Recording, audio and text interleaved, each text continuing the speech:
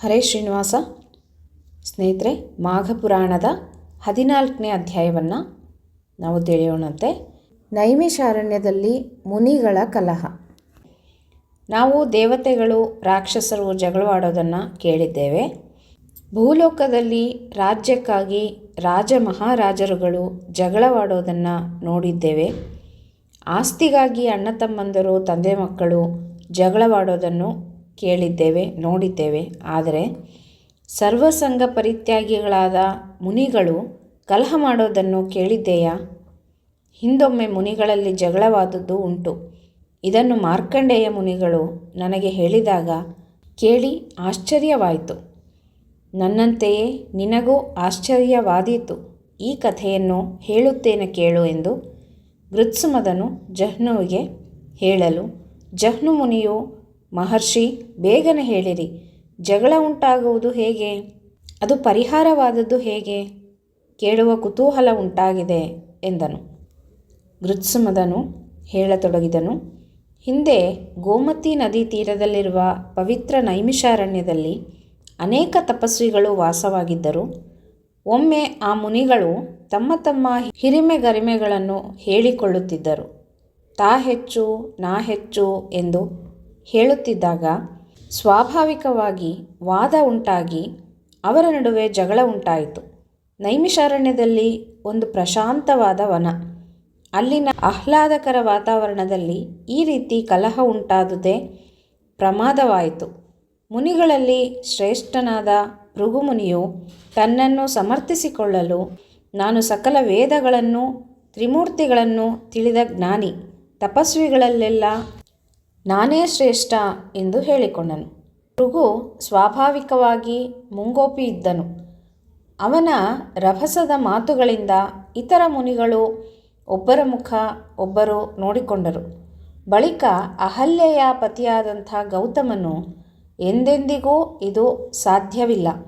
ನಿಮ್ಮೆಲ್ಲರಿಗಿಂತ ವಯಸ್ಸಿನಲ್ಲಿ ನಾನೇ ದೊಡ್ಡವನು. ಅಲ್ಲದೆ ನಾನು ಬ್ರಹ್ಮಕಲ್ಪವನ್ನು ನೋಡಿದ್ದೇನೆ. ಆದುದರಿಂದ ಎಲ್ಲ ಮುನಿಗಳಲ್ಲಿ ನಾನೇ ಸರ್ವಶ್ರೇಷ್ಠ ಎಂದು ಹೇಳಿದನು.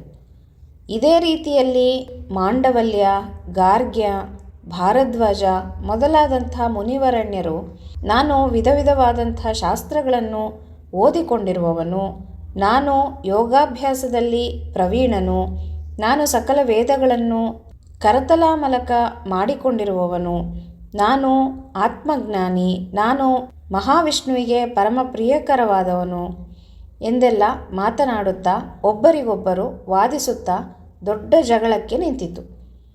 ಒಬ್ಬರಿಗೊಬ್ಬರು ಹೊಡೆಯಲು ಹಿಂಜರಿಯಲಿಲ್ಲ. ಕೆಲವು ಮುನಿಗಳು ಭೃಗು ಋಷಿಯ ಜುಟ್ಟು ಹಿಡಿದು ಅವನ ಬೆನ್ನಿಗೆ ಗುದ್ದಿದರು. ಇನ್ನು ಕೆಲವರು ಗೌತಮನ ಗಡ್ಡವನ್ನೇ ಕಿತ್ತಿದರು. ಭೃಗುವೇನು ಸರ್ವಸಂಗ ಪರಿತ್ಯಾಗಿಗಳಾದ, ಇಲ್ಲವೇ ಪ್ರಾಪಂಚಿಕ ಸುಖದಲ್ಲಿ ಆಸಕ್ತಿ ತೋರದ ಹಾಗೂ ಯಜ್ಞಯಾಗಾದಿಗಳನ್ನು ಮಾಡಿಕೊಂಡಿರುವ ಮುನಿಗಳಿಗೆ ಯೋಗ್ಯವಾದುದಾಗಿರಲಿಲ್ಲ. ಆ ಮುನಿಗಳು ತಾವೇ ಹೊಡೆದಾಡಿಕೊಂಡಿದ್ದರ ಫಲವಾಗಿ ಒಬ್ಬೊಬ್ಬರು ಕಣ್ಣೀರು ಸುರಿಸುತ್ತಿದ್ದರು. ಎಷ್ಟೋ ಮುನಿಗಳ ಮೇಲುವಸ್ತ್ರಗಳು ಹರಿದು ಹೋದವು.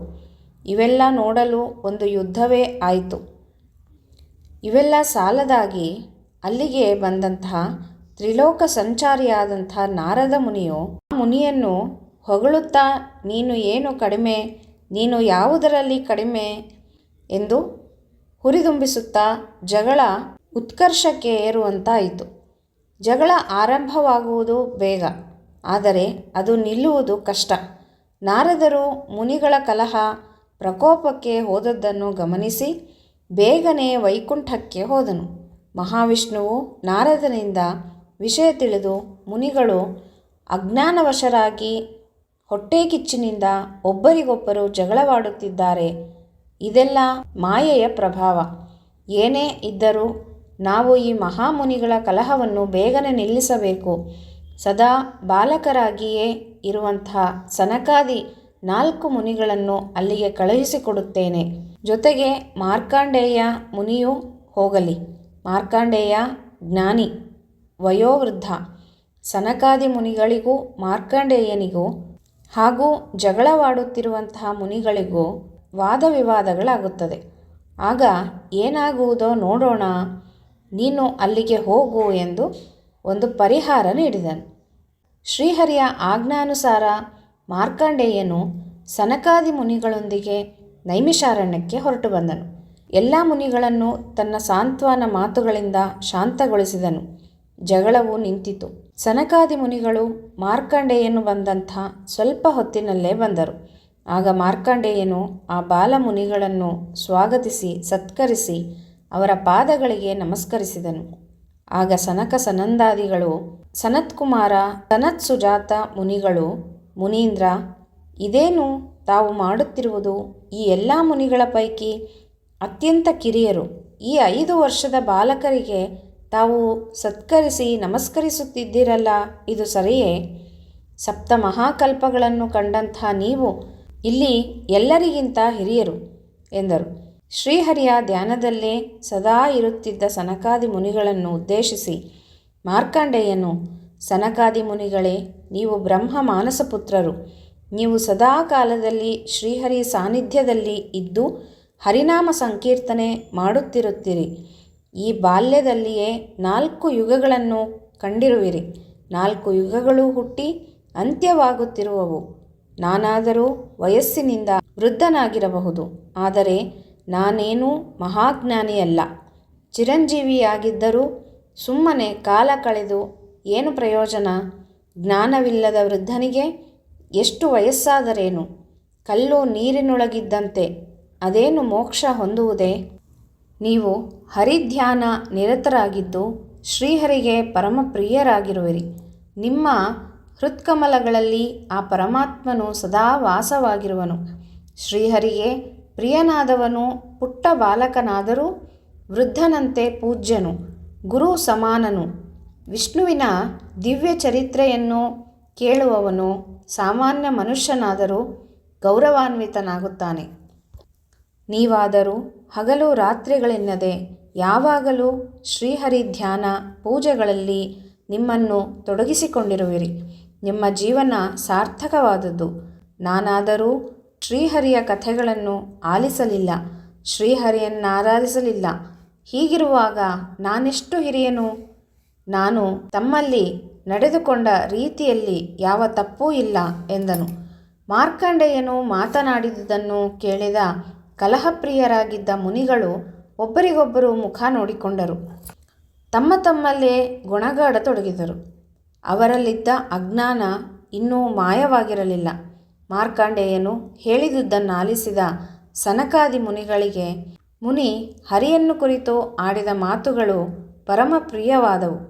ಅವರು, ಮುನೀಂದ್ರ, ನೀವು ಹೇಳಿದುದು ಅಕ್ಷರಶಃ ಸತ್ಯ. ಶ್ರೀಹರಿಯು ಜಗದೋದ್ಧಾರನಾಗಿದ್ದು ಎಲ್ಲ ಜೀವರಾಶಿಗಳಲ್ಲಿ ಸರ್ವಶ್ರೇಷ್ಠನು. ಶ್ರೀಹರಿಯ ನಾಮ ಸಂಕೀರ್ತನೆಯಿಂದ ಪ್ರತಿ ಮಾನವನು ಪರಿಶುದ್ಧನಾಗುವನು. ಶ್ರೀಹರಿಯ ಪಾದೋದಕವು ಅತ್ಯಂತ ಶ್ರೇಷ್ಠವಾದದ್ದು. ಹರಿಭಕ್ತನಾಗದವನು ಎಷ್ಟೋ ದಾನ ಧರ್ಮಗಳನ್ನು ಮಾಡಿದರೂ ವ್ಯರ್ಥ. ಶ್ರೀಹರಿಯ ಪೂಜೆ ಮಾಡದ ಕೈಗಳು ಇದ್ದರೂ ಒಂದೇ, ಇಲ್ಲದಿದ್ದರೂ ಒಂದೇ. ಶ್ರೀಹರಿಯ ಪೂಜೆಯಿಂದ ಎಲ್ಲ ಪಾಪಗಳು ದೂರವಾಗುವವು. ಪ್ರಹ್ಲಾದ, ಧ್ರುವ, ದ್ರೌಪದಿ, ಅರ್ಜುನ ಇವರೆಲ್ಲ ನಾರಾಯಣನನ್ನು ನಂಬಿ ಅವರ ಧ್ಯಾನದಿಂದ ಪುನೀತರಾದವರು. ವಿಭೀಷಣನು ರಾಕ್ಷಸನಾದರೂ ಶ್ರೀರಾಮನ ಭಕ್ತನು. ಹನುಮಂತ ರಾಮನಲ್ಲೇ ಒಂದಾದನು. ಹನುಮ ಒಲಿದರೆ ರಾಮನೂ ಒಲಿವನು. ಶ್ರೀಹರಿಯ ಗುಣಗಾನ ಮಾಡುವವನೇ ಶ್ರೇಷ್ಠನು ಎಂದರು. ಸನಕಾದಿ ಮುನಿಗಳ ಮಾತುಗಳನ್ನಾಲಿಸಿದ ಗೌತಮಾದಿ ಮುನಿಗಳು ತಮ್ಮ ವರ್ತನೆಗೆ ನಾಚಿಕೊಂಡರು. ನಮಗೆ ಭಗವಂತನು ನೀಡಿರುವ ಆಯಸ್ಸಿನ ಅವಧಿಯಲ್ಲಿ ಶ್ರೀಹರಿಯ ಧ್ಯಾನನಿರತರಾಗದೆ ಒಬ್ಬರಿಗೊಬ್ಬರು ಅಹಂಕಾರ ಮತ್ಸರದಿಂದ ವೃಥಾ ಜಗಳವಾಡಿದವಲ್ಲ. ನಾವು ಮುನಿಗಳೆಂದು ಹೇಳಿಕೊಳ್ಳಲು ನಾಚಿಕೆಯಾಗುತ್ತದೆ ಎಂದು ಭಾವಿಸಿದರು. ಬಳಿಕ ಪ್ರತಿಯೊಬ್ಬರೂ ಸನಕಾದಿ ಮುನಿಗಳಿಗೆ ನಮಸ್ಕರಿಸಿ, ಮುನಿಗಳೇ, ತಾವು ಇಲ್ಲಿಯವರೆಗೂ ಬಂದು ನಮ್ಮ ಅಜ್ಞಾನವನ್ನು ಹೋಗಲಾಡಿಸಿದಿರಿ. ನಿಜಕ್ಕೂ ನಾವೆಲ್ಲ ಅಜ್ಞಾನವಶರಾಗಿ ಶ್ರೀಹರಿಯನ್ನು ಮರೆತು ಕದನವಾಡಿದೆವು. ಇಂದಾದರೂ ತಮ್ಮಿಂದ ಶ್ರೀಹರಿಯ ಕಥೆಯನ್ನು ಕೇಳುವ ಅವಕಾಶವಾಯಿತು. ತಾವು ಆ ಭಗವಂತನ ಚರಿತ್ರೆಯನ್ನು ನಮಗೆ ಹೇಳಬೇಕು ಎಂದು ಪ್ರಾರ್ಥಿಸಿದರು. ಶೌನಕಾದಿ ಮುನಿಗಳು ತಮ್ಮ ಅಜ್ಞಾನವನ್ನು ಕಳೆದುಕೊಂಡುದರಿಂದ ಮಾರ್ಕಂಡೇಯ, ನಾರದರು, ಸನಕಾದಿ ಮುನಿಗಳು ತಾವು ಬಂದ ಕಾರ್ಯ ಸಿದ್ಧಿಯಾಯಿತೆಂದು ವೈಕುಂಠಕ್ಕೆ ಹಿಂತಿರುಗಿದರು. ಪರಮಾತ್ಮನಲ್ಲಿ ನಡೆದುದನ್ನು ನುಡಿದರು.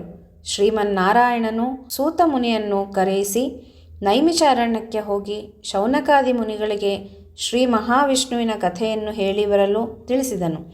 ಜಗನ್ನಾಟಕ ಸೂತ್ರಧಾರಿಯಾದಂಥ ಶ್ರೀಹರಿಯ ಆಜ್ಞೆಯನ್ನು ಶಿರಸಾವಹಿಸಿ ಸೂತರು ನೈಮಿಷಾರಣ್ಯಕ್ಕೆ ಬಂದು ಶೌನಕಾದಿ ಮುನಿಗಳಿಗೆ ಪರಮಾತ್ಮನ ದಿವ್ಯ ಚರಿತ್ರೆಯನ್ನು ಹೇಳಿದರು.